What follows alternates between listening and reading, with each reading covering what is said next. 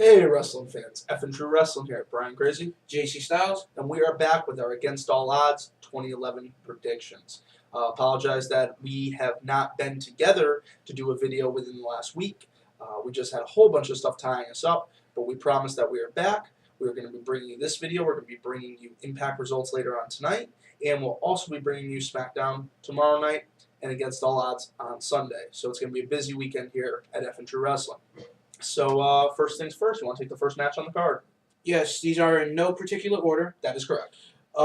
We have Samoa Joe versus the Pope, and pretty much the build-up for this match is basically as it goes, that the way they're building the matchup is that Pope is kind of like lying to the fans, lying to the congregation, saying that he's doing all this charity work, buying kittens for the kids, donating money to Harlem and to his local shelters around the town. And Samoa Joe did some investigation saying, you know what, you ain't do a damn thing, and confront him about that. And basically the feud has been building up for over the last couple of weeks, and we're finally going to see a match actually kind of reminiscent of when DDP was stalking The Undertaker. Not to stray off with TNA. Yeah, not to stray off with TNA, but yeah, it is a very reminiscent angle. Pope was kind of a face throughout this. You kind of saw Samoa Joe kind of going after him, and you really didn't know what to think. But, I mean, he cut a promo last week on Impact where basically he called the fans, I don't remember the exact word he used for it. Basically, he spoke down about the fans and that Pope is pure and he's better than that because he's the Pope. So I think that's kind of cementing maybe kind of a heel turn for Pope. Are they going to kind of keep him in between what they call a tweener, which is kind of a heel and a face at the same time? I guess only time will tell. We'll have to see, what the final build at tonight's Impact will lead into Against All Odds. I'm kind of hoping this match isn't just like one of those filler matches. I hope this is actually going to be a good contest because we all know that Pope is a fantastic wrestler and a good on the mic. And we also know that Joe is good on the mic and Joe is good in the ring. I mean, Joe's good in the ring? Joe is fucking nasty. Yeah, he's nasty in the ring. He's been kind of a pushover almost as of late. But if you go back and you watch a lot of the early 2005 and early 2000, mid 2005, early 2006 when he was undefeated, he was vicious. And I think if Joe can just channel that viciousness for just a little bit, it'd make for a fantastic match. Well, I think we saw Joe, he did well in the couple outings, he had in late 2010. I think he showed a lot of, he was vicious, like Joey, said. But I think, I think the big issue is, like JC said, there's just no current creative direction for Joe.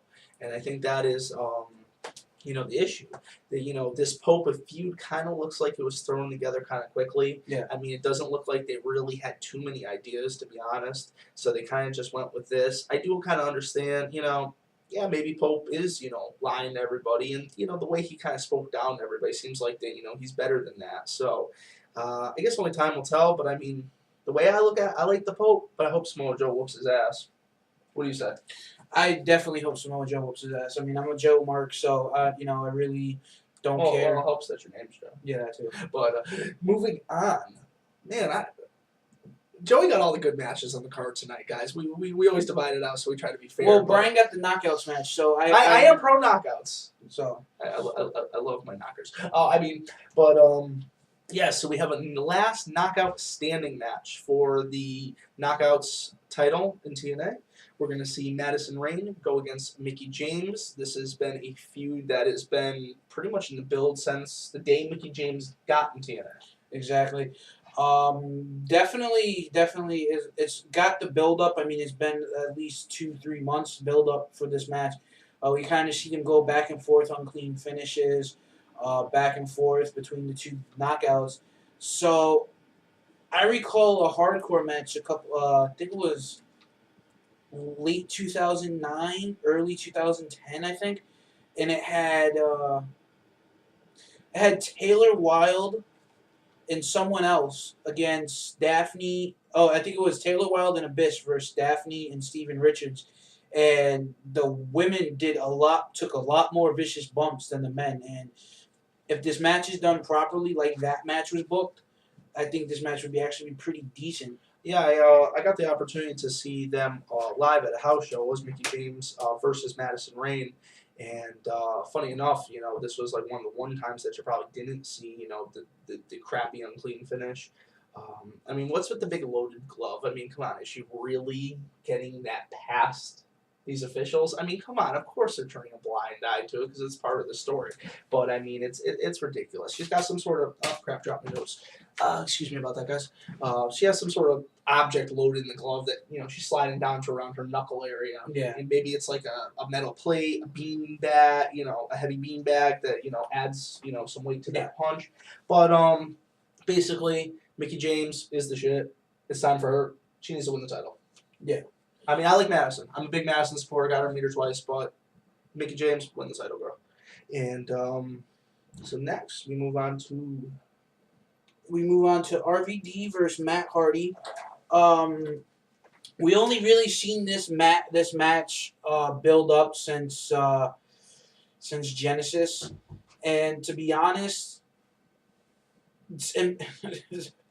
with you, since RVD won the title, TNA title last year, and then dropped it, to be honest, I haven't really been behind much of RVD. I think that I'm not going to say he's washed up because, God forbid, we're going to probably get haters and bashers and say, he's washed up. Well, to be honest, I like RVD, and I thought he did okay. I thought putting the TNA title on him was a little premature, seeming that he just joined the organization. Yeah. But, I mean, he's provided some good, solid matches, and I think, I know you weren't a big fan of the EV2 angle, and that's probably a lot of what you're thinking of. But I think that his work, part of the EV2 angle, was not the best. even. It just, there isn't really, for RVD. In TNA, it was the best in TNA so far, not in the WWE or ECW. See, in WWE, RVD had so many people there to compete with, and there were so many people there that could pull something out of a hat, pull the rabbit out of the hat, and deliver a great match. But with RVD and TNA, there isn't that many people.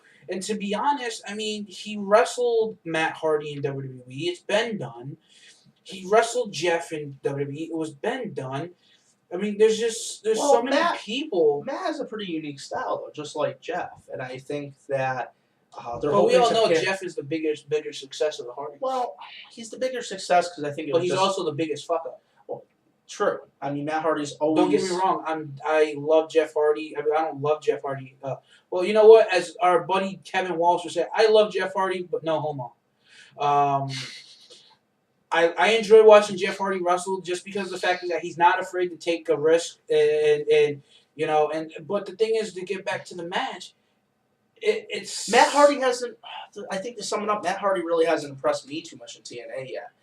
He's out in the ring. I don't think he's looking as polished as he used to. He looks like he's a decent upper body strength. Don't get me wrong, but I don't know. He just doesn't. He doesn't remind me of the Matt Hardy that was the Hardy Boys in 99, 2000, 2001. I mean, Jeff Hardy still has that same kind of character. He's still got that same dynamic. You watch a match, you still feel the same way. You're like, I don't know. You might not like the heel. So, just let me finish this. You might not like the heel, but you still like the person. Yeah. Like, to be honest, since RVD has been in TNA, he hasn't really caught my eye with anything interesting. I mean, to be honest, not sugarcoating it or anything. He just hasn't really done anything. I mean, like you said, putting the title on him prematurely. They let AJ retain the title against Pope at Lockdown last year just to put the title on RVD the next night. And then... Which it took a whole year to finally put AJ back in the front spot. And then, which is crap, because that is the worker of that company. And then to boot, you had RVD taken out of the picture so we could see the whole Immortal storyline. It's like I said, since RVD was been in TNA, granted the match he had against Sting, his debut match, was great because it was his debut. Then you had the couple of matches, he did pretty good in. But the fact is that he hasn't really caught my eye like he did in WWE. Exactly, and I think it's just that Giving him a mic does not suit him. To be honest, he might not have liked it. RVD might not have liked it. But I liked it when RVD's vocabulary was limited to only like 3 or 4 words, because the less you heard him, the better. And well, he was like the silent type, and he just attacked. But I mean, I think RVD's pretty funny. I kind of like the whole, hippie smoker type kind of thing. I think it's a great. I know that's his real lifestyle. It's not just a gimmick, but I think it's cool that he's laid back and he's not so serious as some of the other types. But in the other, right, I thought some of the more serious types, not to cross over too much, but like I think Jericho said it best. Who in the WWE had a gimmick like Jericho when he came out with the suit and the face and everything? So I mean. Jericho actually took that from a movie he saw where the guy was the I forgot what movie it was. I only saw Behind the Walls of Chris Jericho DVD. I've only seen it once. I've only watched it once, so I can't remember exactly. But he basically took that character from a movie and portrayed it into a character on TV. But even Chris Jericho in like 2001. 99 and 2000 when he used to come out with the shiny shirts and stuff was even fantastic. Chris Jericho, no matter what, I mean, he's a fantastic performer. He's fantastic on the mic, and he ain't afraid to speak his mind. And WWE lets him do that. And I'll say this again, and I tweeted this to to Chris Jericho from our F&True Wrestling Twitter page. He was watching the Big Lebowski, and I turned around and I said, "Come on, you need to get off your ass, stop watching movies, and come save us from The Miz." As simple as that. And if any of you out there don't agree with me with that, then you could kiss the left side of my ass cheek. That's gonna take a while. But